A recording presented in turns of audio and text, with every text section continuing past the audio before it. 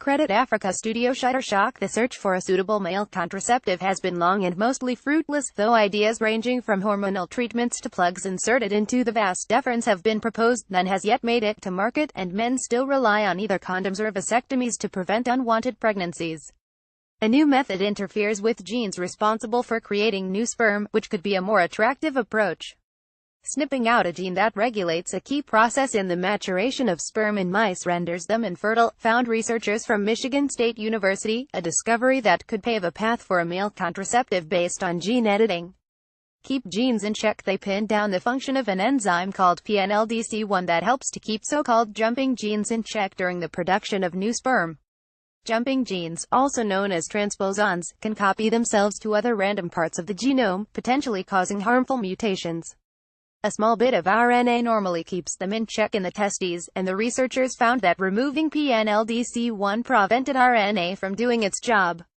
By taking out the gene responsible for producing PNLDC1 in mice with CRISPR, researchers inhibited the production of healthy sperm and rendered the mice infertile. The research was published Tuesday in Nature Communications.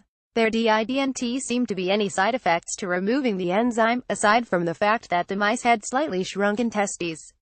The issue of side effects crops up often in studies of male contraceptives. It derailed a prominent World Health Organization-sponsored trial last year, and similar cases have made pharmaceutical companies wary of pursuing birth control for men. One of the main issues with male contraceptives is that many rely on testosterone to disrupt sperm production, a hormone already used to treat other conditions, but which can lead to mood swings and weight gain, among other problems.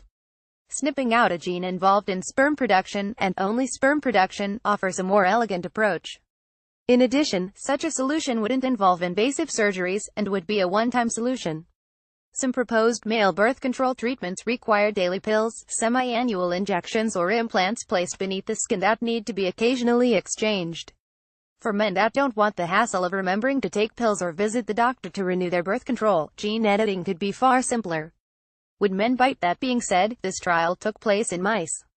The effects of editing this particular gene in humans are unknown. Gene editing with CRISPR in humans is still in the very early stages, and it would likely be years before any gene editing contraceptive trials in humans got underway.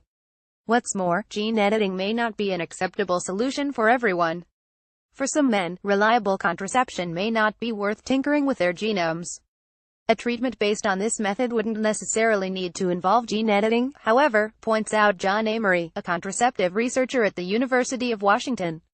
Now that researchers know what PNLDC1 does, they could potentially develop an inhibitor that targets the enzyme and disrupts its function. Even a more conventional treatment like this would still need to be examined for side effects, though. What would PNLDC1 inhibition do to the function of other tissues, and what problems would it cause? Amory asked in an email to Discover. The processes involved in sperm production are important elsewhere in the body. There's also the question of reversibility. If we can't undo a male contraceptive treatment, it's no better than a vasectomy.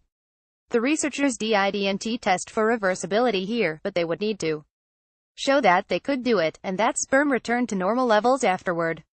Some previous options for male birth control, like the herb gossypol, tested in the 1970s, effectively lowered sperm counts, but proved to permanently affect sperm production in some men. Nevertheless, studies have consistently shown that a majority of men would be interested in contraception for themselves. Gene editing could be just one of the many ways that men someday take responsibility for their sex lives.